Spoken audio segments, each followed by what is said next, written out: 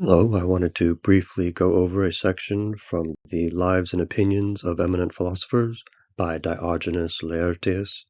This will be from Book 10, which is on Epicurus, and specifically section 47, which is within the letter to Herodotus. Now we will see at the end of this section, Epicurus says, Kresimon de kaituta kataskein tastoikeion, which Hicks translates, "This is an elementary fact which in itself is well worth bearing in mind," and Bailey, "It is of advantage to grasp this first principle as well." As to the question, what is this principle that is well worth bearing in mind, there is a little bit of disagreement among the editors. Among those who would keep 46 in its original position, we have Hicks representing, and among those who would transfer section 47 to come after section 62, we have Bailey representing. So this gives us a different context for 47.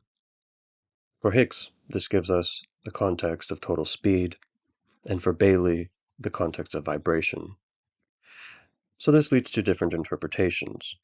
For those who would keep it in its original position, we have the topic of apparent instantaneity, while those who would move it interpret it largely within the lines of unified motion. And this does lead to a different conclusion as to the principle that is worth bearing in mind, with Hicks and those who would keep it in its original position coming to a topic in change in direction, and Bailey and those who would move it continuing on the topic of unified motion. And before we get started, I wanted to mention that this is more of an exception than the rule. In general, there is a lot of agreement about the structure and even the interpretation of the letter to Herodotus. So if we keep 47 in its original position after 46, its context is total speed, and here we have Hicks's translation. Furthermore, so long as nothing comes in the way to offer resistance, motion through the void accomplishes any imaginable distance in an inconceivably short time. For resistance encountered is the equivalent of slowness, its absence the equivalent of speed. If we move section 47 to be after section 62, we have it coming after the general topic of vibration, and here we have Bailey's translation. As a matter of fact, all atoms are equal in speed. This will be said because even in the least period of continuous, that is directly perceptible time, all the atoms in aggregate bodies move towards one place. Even though in moments of time perceptible only by thought, they do not move towards one place, but are constantly jostling one against another, until the continuity of their movement comes under the ken of sensation. So here we have the fact that if an aggregated body is moving, it is moving in one direction at a time, even though we know the atoms that compose it are moving in all directions. So to continue with section 62, for the addition of opinion with regard to the unseen, that the moments perceptible only by thought will also contain continuity of motion, is not true in such cases, for we must remember that it is what we observe with the senses, or grasp with the mind by an apprehension, that is true. In other words, we may at first think that atomic motion mirrors the motion of the aggregate, but we know better than to think that this is really the case. So with this different location and the resulting different context, we of course get different interpretations. Again, seeing apparent instantaneity, if we keep it in the original position, and unified motion, if we move section 47. So in the original location, we have the topic of apparent instantaneity, and here is Hicks's translation. Not that if we consider the minute times perceptible by reason alone, the moving body itself arrives at more than one place simultaneously, for this too is inconceivable. Although in time perceptible to sense, it does arrive simultaneously, however different the point of departure from that conceived by us.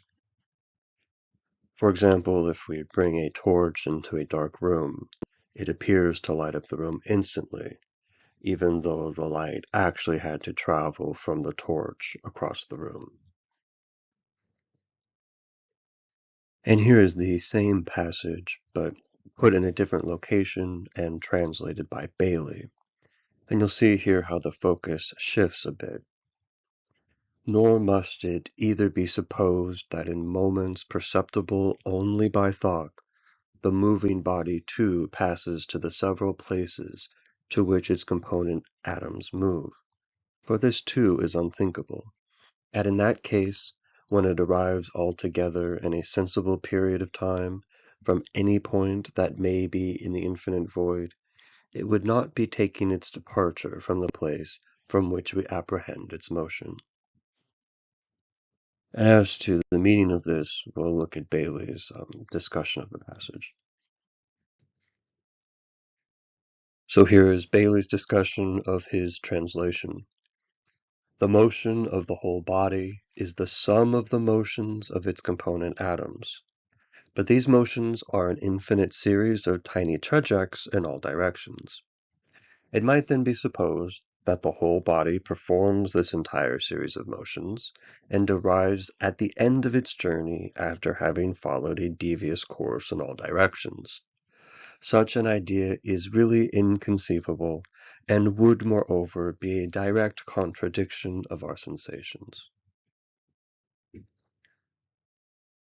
For in that case, the whole body will have come from any possible spot in any direction from which one of its atoms started, and not from the place from which we saw it start. The objection is put in a very exaggerated form, but it is not difficult to see the thought underlying it. If the motion of the compound body is the sum of the motions of its component atoms, are not those imperceptible motions alone real, and is not the motion of the compound a delusion? Epicurus replies with an emphatic negative. The motion of the compound is a reality determined by the collisions of the component atoms. Or, if we may translate it more literally, the motion of the compound is a sensible likeness of the sum of the component motions. As separate identities, the atoms perform their tiny trajects at infinite speed, but as parts of the new unity, they combine to perform a new motion. The compound is more than an aggregate, it is an entity. Its motion is more than the sum of its motions, it is a new reality.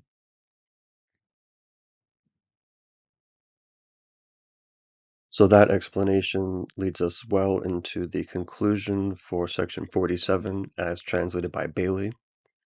For the motion of the whole body will be the outward expression of its internal collisions, even though up to the limits of perception we suppose the speed of its motion not to be retarded by collision. It is of advantage to grasp this first principle as well.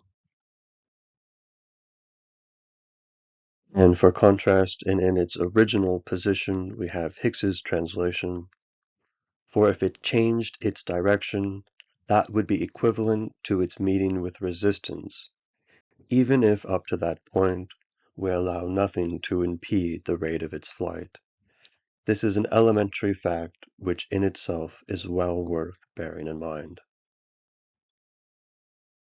So with this difference in location, we have a resulting change in context, and of course we get different interpretations. With Higgs we have, if the particles change directions, it indicates that they have experienced an impact. Keep this in mind. And with Bailey, the motion of the whole body will be the outward expression of its internal collisions. Keep this in mind. Now, with Hicks, we do have the obvious situation that that interpretation is antagonistic to the swerve. And with Bailey, we have the meaning that is fine, and also his argument is good. I don't think it is antagonistic to the philosophy or that it is too subtle, but I do not think the argument is sufficient to justify moving the entire passage either. So if we keep 47 in its original location, we have ta Ramanan Soma in the context of films. So that is a body that is being carried. In the context of films, a carried body of film, which leads to the translation, a carried frame of film. And we do see this definition of ta soma as a frame, which does make sense for a distinct unit or structure.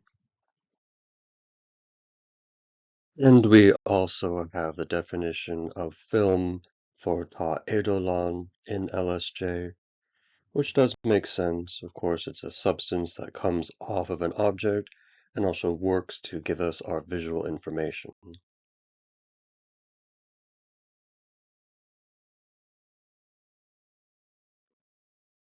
So if we step back a little bit and consider the human visual speed limit for a moving object, it very much depends on where you're getting the information, and it does have a lot of variability per individual, but it seems to max out at about 400 kilometers an hour or 250 miles an hour. At that point, we're not going to be able to track a moving object as a distinct location for each second we're seeing it. Of course, the speed of films is well above this miles per hour that we're going to see, and therefore the speed of films will be immediately able to report the motion from an object that is moving within our visual range of speed.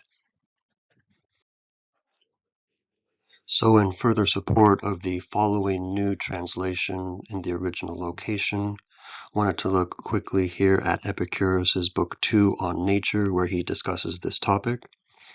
We will venture to speak now about the speed that exists in the transmission of the films. First, their subtleness, because it is far removed from the subtleness derived from the senses, indicates an unsurpassable speed for the films in their transmission. So then if we consider Epicurus's theory of films in relation to the human visual speed limit for temporal resolution, that is the smallest amount of time in which we can perceive a distinct image, we're looking at about 30 to 75 frames per second, and beyond that most people are not able to perceive a distinct image in a shorter amount of time. Now of course in Epicurus's theory each frame of film is a distinct unit, but each frame of film moves too quickly to be perceived as a distinct unit. Given the generation of frames of films is much faster than the 75 frames per second, these films appear to us to be a continuous image. Another supporting quote here from Epicurus's book 2 on nature. The films thoroughly preserve a shape similar to their source body's surface, until something encounters and turns aside some of the body's emanations, and this dispersal might establish these emanations into another form of transmission. So with this serving as an introduction, I wanted to look at our section 47, putting it in the original location and original context, but a new translation. During the minute times that we can observe through our reasoning, a moving frame of film does not arrive at multiple locations simultaneously. Accordingly, such instantaneity is mentally imperceptible. Although a frame of film does arrive as a whole in sensible time from somewhere in infinite space, a frame's location at any moment will not in reality be different than the location from which we would mentally apprehend its transmission, because being in multiple locations simultaneously will be similar to a collision, even if, up to this point, we leave the speed of its transmission as not colliding. it is useful to also hold in mind this component fact. So I think in general what we can take away from section 47 is that past a certain rate, speeds appear to be similarly instantaneous. However, a moving body does not reach more than one place at the same time. This is impossible and impossible to imagine. Even if a frame of film moves so fast that it visually appears to arrive at multiple places at once, it is mentally perceivable that this is not possible. Instead, we know the frame will follow a path that is physically viable, and therefore a path that is also mentally comprehensible. So this completes our look at section 47. Thank you for your time.